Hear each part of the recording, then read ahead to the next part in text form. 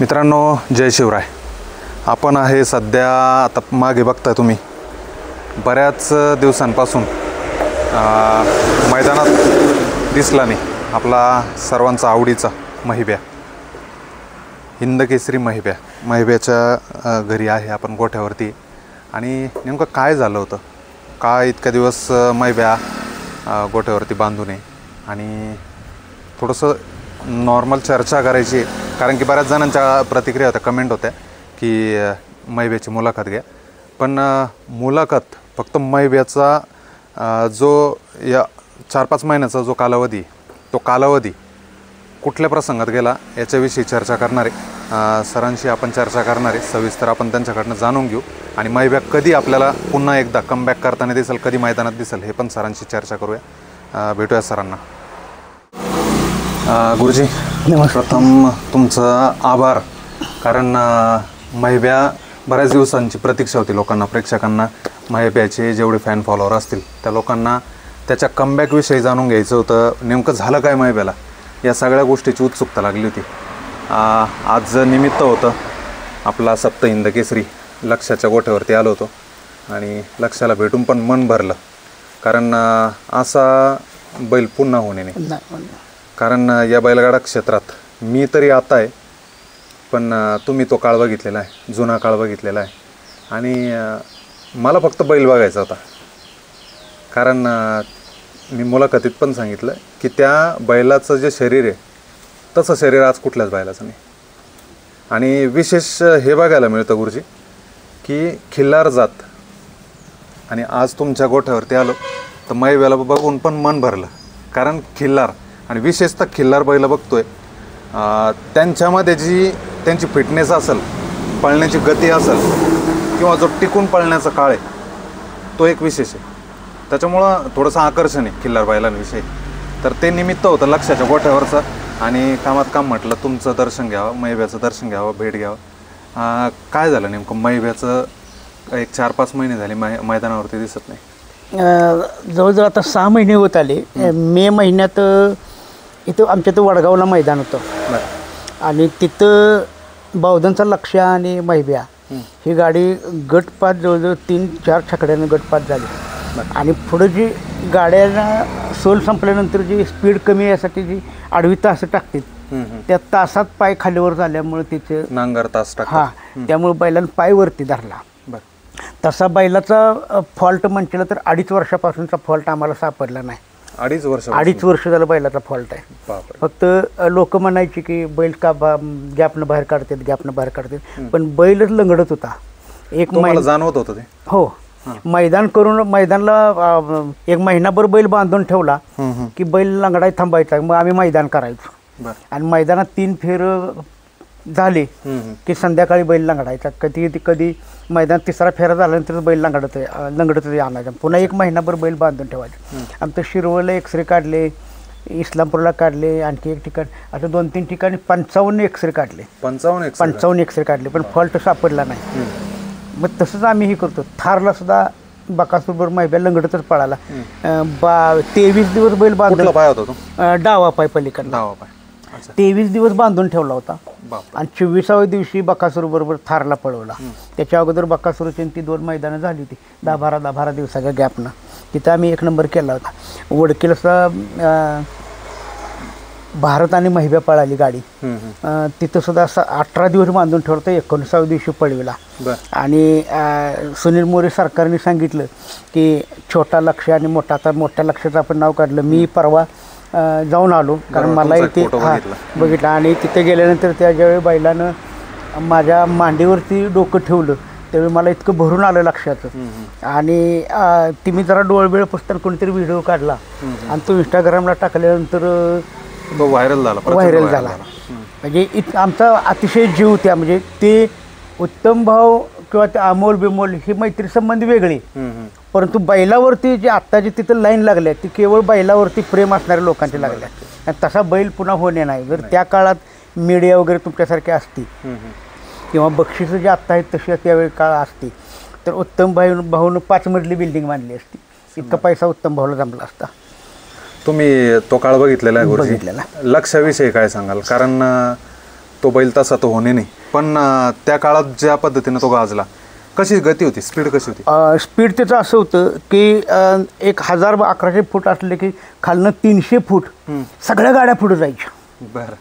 म्हणजे 300 फूट अशी गतीच कमी होती खाली त्याला आणि original सगळ्या गाड्या पद्धतीचं. पुढे जायच्या. सगळ्यांनी वाटायचं की आता हे झालं, पण तेवढं 3-4 चकड्याचं अंतर पडलेलं तेवढं पुढच्या राहिलेल्या 700 फुटात छोटा लक्ष्यानं मोठा लक्ष्या.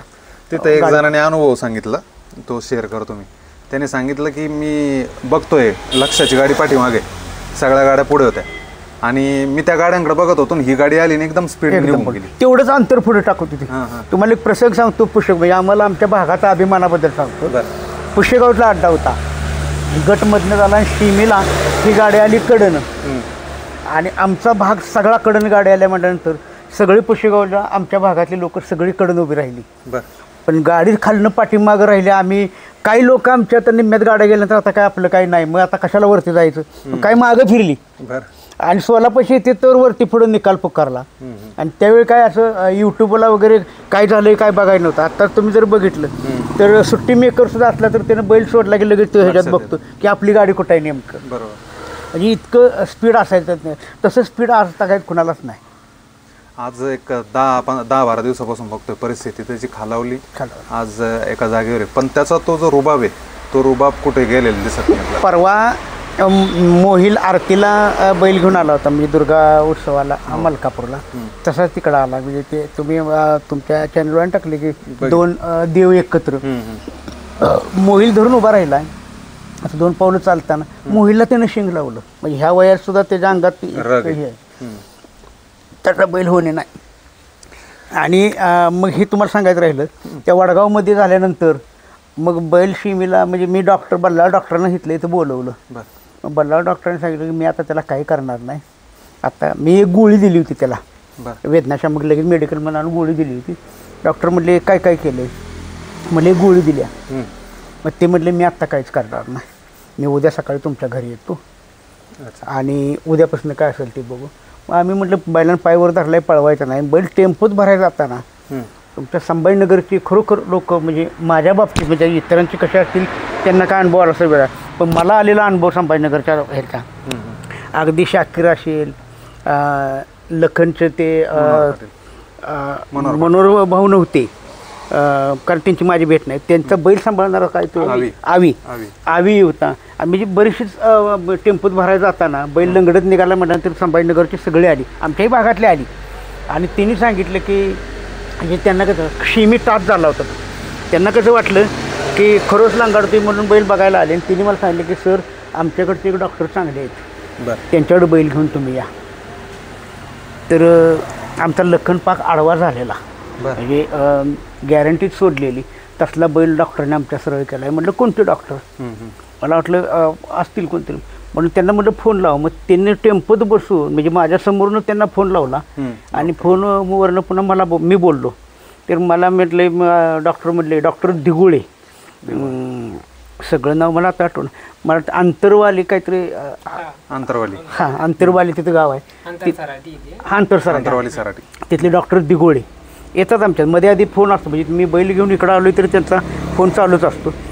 तर त्यांच्याशी मी बोललो, तीच व्यक्ती तिथे गेल्यानंतर मला समजली. आणि मग मी घरी सांगितलं तर घरात म्हटले की काय बैल कुठं नेऊ नका. तिने मला सांगितलं मी 7 दिवसात बैल तुमचा कव्हर करून देतो. घरी संध्याकाळी मी तिथनं बैल भरून दिला आणि मी मैदान बघत बसलो. मला वाटतं हे सम्राटनं राजाने 1 नंबर केला तिथं. बरोबर. आणि मग बैल घेऊन घरी आल्यानंतर मग घरी जेवताना मी सांगितलं की असं असं डॉक्टर आहेत तिकडं बैल घेऊन जातो. घरातले आमच्याने म्हणजे मिसेस आमचा चिरंजीव, म्हणजे घरातली सगळीच माणसं आमच्या जॉबला, एक मुलगा बेंगलोरला असतो, सोनबाई, चिरंजीव, मी आणि मिसेस आम्ही इथं. तिने सांगितलं बैल काय कुठे नेऊ नका, 1 महिनाभर बैल आपला बसून राहिला की बैल लंगडायचा थांबतो, 1 महिन्यानं करूया. मी म्हटलं नाही डॉक्टरांनी गॅरंटी दिली आणि मी कवर करतोच म्हणून. तरी नाही म्हटल्यानंतर मग सगळी जाऊन दिली ड्युटीला आपापल्या. आणि मी इथलीच पोरं 2-3 घेतली आणि गेलो संभाजीनगरला दिगोळ डॉक्टरांच्याकडं. तिथे गेल्यानंतर तिने गेल्या इंजेक्शन वगैरे दिली. म्हणजे त्यांची परिस्थिती हिचीच होती, म्हणजे मी बेताचीच आहे. पण आम्हाला आपलं घरच्यासारखं आम्ही तिथं झालं जेवण खाणं. आम्हाला 7-8 दिवस आम्ही तिथं होतो. 7-8 दिवसात त्या डॉक्टरांनी फॉल्ट शोधून काढला, डेको डॉक्टर. त्यामुळे डेको डॉक्टरांचं मी आवर्जून नाव नेहमीच घेईन. जो फॉल्ट आम्हाला 2.5 वर्ष कोणाला सापडला नाही. अगदी बेळगावचे डॉक्टर बोलवले, आरग बेडग झालं, शिरवळ झालं, हां सगळीकडचं झालं, पण आम्हाला तो फॉल्ट सापडला नाही. सुरुवातीचं तर आमचं 1 वर्ष असं गेलं की त्या बैलाचं मूळ उतरलं. मग मूळ उतरा एखादा माणूस आणायचा, पुन्हा लंगाडतोय म्हटल्यानंतर मग तोपर्यंत पायऱ्याला फोन यायचा की मैदान अमकं करूया तमकं करूया. तर मी त्यांना सांगायचं नाही बैलाचं मूळ उतरलं आहे, झाला का नाही कवरून हाय अजून. मग तिने सांगायचं आमच्याकडचा एक माणूस चांगला आहे, असा पुन्हा तो माणूस आणायचा. म्हणजे अगदी झऱ्यातला असेल इकडचा जे सांगेल तिथली माणसं आणली, त्याच्यात महिना जायचं. असं 1 वर्ष गेलं. मग मूळ उतरले ह्याच्यात, पण निदान काय आम्हाला सापडलं नाही. निदान डिगोळ डॉक्टरांनी शोधून काढलं. मग तिथं निदान सापडल्यानंतर मग शुक्रवार होता. शुक्रवारी डॉक्टर निदान सापडल्यानंतर त्यांना म्हटलं डॉक्टर आपण एक्सरे काढूया, कारण त्याचा ही होता ती लवणीत होता. थोडं दाखवा ना आपण, म्हणजे प्रेक्षकांना पण दाखवू.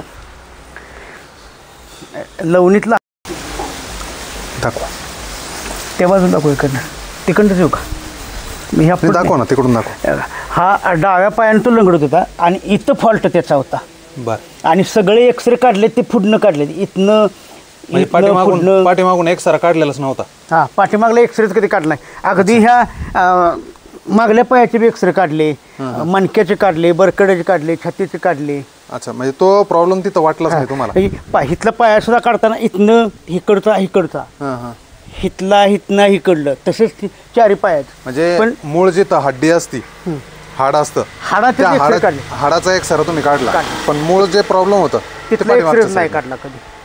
आणि तो जे डॉक्टर काय म्हणे की पळाव बैलाचा कोणच तिथं फॉल्ट म्हणजे असेल असं कोणाला वाटणार नाही. पण त्या डिगोळ डॉक्टरांनी त्याला आयडीसी लावून गरम पाण्याने शेकून चोळताना तो फॉल्ट आम्हाला सापडला. त्यांना सुद्धा 8 दिवस त्यांना ते सुद्धा इथं चोळत होते असे पुढं इथं, पण नाही. पण इथं असा पाठीमाग हात गेला की बैल असा बसायचा, रग लागायची. मग त्यांना म्हटलं की आपण त्याचा एक्सरे काढूया डॉक्टर. मग डॉक्टर म्हटले एक्सरेला इथं संभाजीनगरला जावं लागेल. संभाजीनगर तिथून काहीतरी 32-34 किलोमीटर. मग डॉक्टरांना त्यांनी फोन केला, सरकार म्हणजे जिथे एक्स्ट्रा मशीन आहे त्यांना. तर त्यांनी सांगितलं की मी गावी गेलो आहे, मी सोमवारी येणार आहे, सोमवारी दुपारी. मग सोमवारी दुपारी येणार आहे म्हटलं. मी डिगोळ डॉक्टरांना म्हटलं डॉक्टर आपल्याला फॉल्ट सापडला आहे तुम्हाला, इथं जी ट्रीटमेंट करायची आहे, एक्सरे काढल्याशिवाय आपल्याला ट्रीटमेंट करता येणार नाही. इथं जी ट्रीटमेंट करायची ते मी घरी जाऊन करतो. आमच्यातले वंजारी डॉक्टर म्हणून आमच्या आहेत, अतिशय चांगली व्यक्ती, म्हणजे शिजर वगैरे ते अतिशय चांगलं करतात, हाडाचं वगैरे सगळं ते.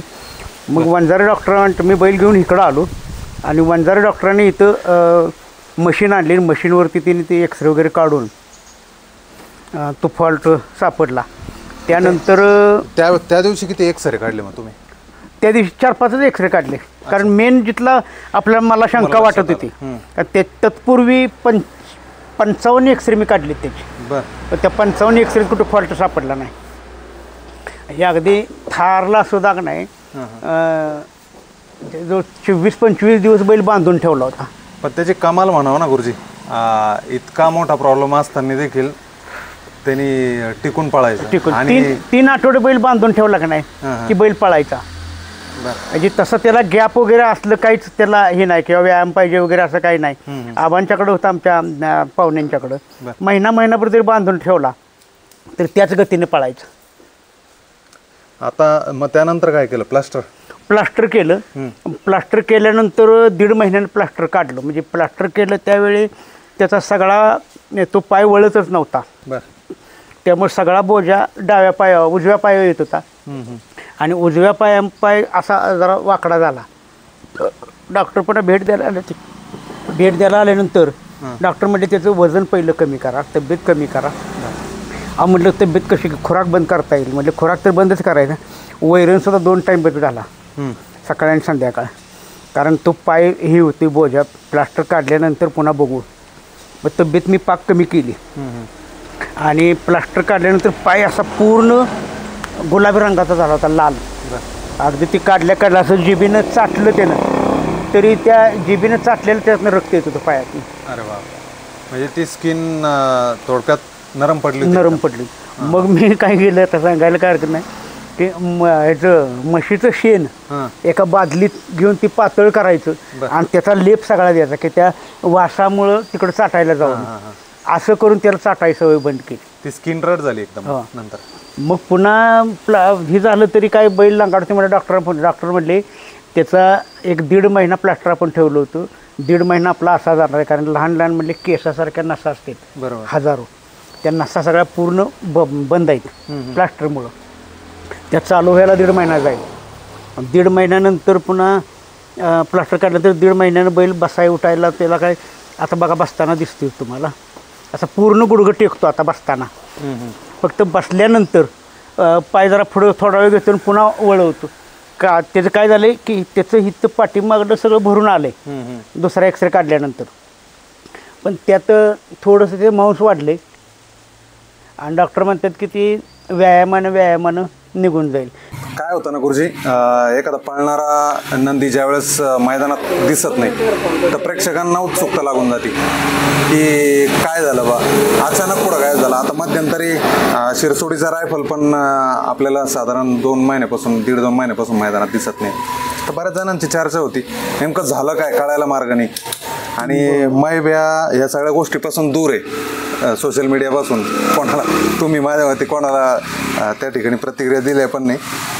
ते सांगतो तुम्हाला की मला बऱ्याचशा यूट्यूबवाल्यांचे फोन आले की अगदी म्हणजे आमचे मित्र तुषार धुमाळ असतील, शँडी यादव असतील, आमच्या लोकलमधले एक ताई आहे तिथं म्हणजे आमच्याच गावच्या, ते आता सोशल मीडियामध्ये गेलेत. बरीचशी लोक आहेत, पण मी प्रत्येकांना सांगितलं अगदी इथे येऊन तासभर बसलीत, पण मी कोणाला मुलाखत दिली नाही.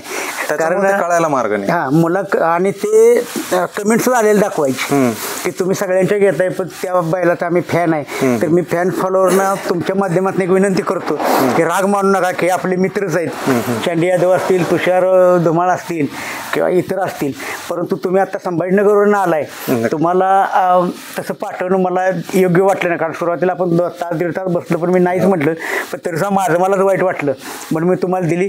फॅन फॉलोअर्सना विनंती करतो की मी 100% तुमच्या अशा मैब्या पूर्ण करणार. फक्त मैदानात येऊ द्या, मैदानात आल्यानंतर तुम्हाला घेऊनच तुमच्या समवेत काय मुलाखत द्यायची ते देऊ.